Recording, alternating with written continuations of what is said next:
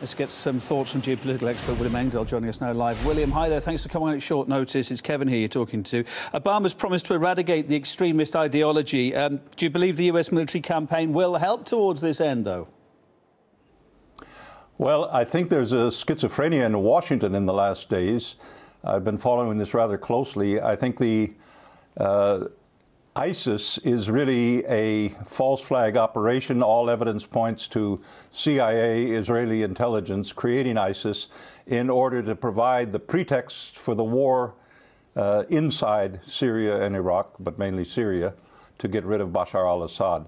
I think there's a shift in the last few days of the Obama administration, and I believe, this is a hypothesis, that Putin is playing a personal mediating role, as he did last August 2013, in defusing the launch of war by the U.S. Against Bashar. Let me just get this straight. Let me just get this straight, because a lot of our viewers around the world are going to be going, what, conspiracy theorists? That's not how they're going to see this. You say ISIS is basically something that's been made for America to go in and attack Saddam Hussein, yes, eventually. Yes, that's what I'm saying. The jihadists have been trained in secret CIA and U.S. Special Forces bases inside Turkey and inside Jordan over the past year. Obama administration refused to give military help when al-Maliki's government in Iraq was begging for it more than a year ago. And then when ISIS makes this horrendous military victory, and if you look at the personnel, the commanders, they're from Chechnya, it's an extremely dubious collection. Al-Baghdadi, some people say that's a manufactured name. So the whole thing really stinks, the whole ISIS scare.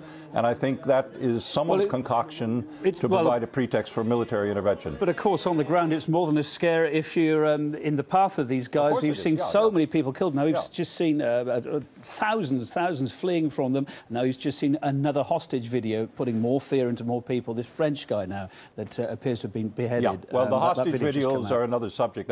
I'm not convinced they're accurate at all, but that's another subject. Well, nevertheless, our thoughts, of course, to that guy's family tonight.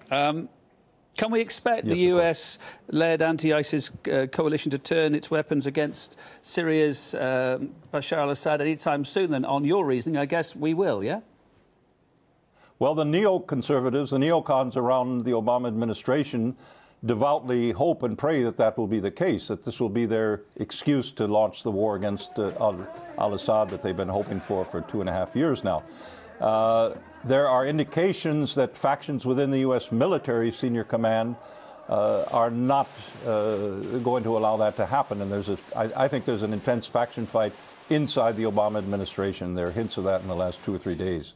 William, we know you've got your ear to the ground. That's why we have you on the programme. I know a lot of viewers might not see it the way you do, but it's very good and interesting to get your take on it. Certainly is an eye-opener to think about, if nothing less. Thanks very much for now, William Engdahl, geopolitical analyst.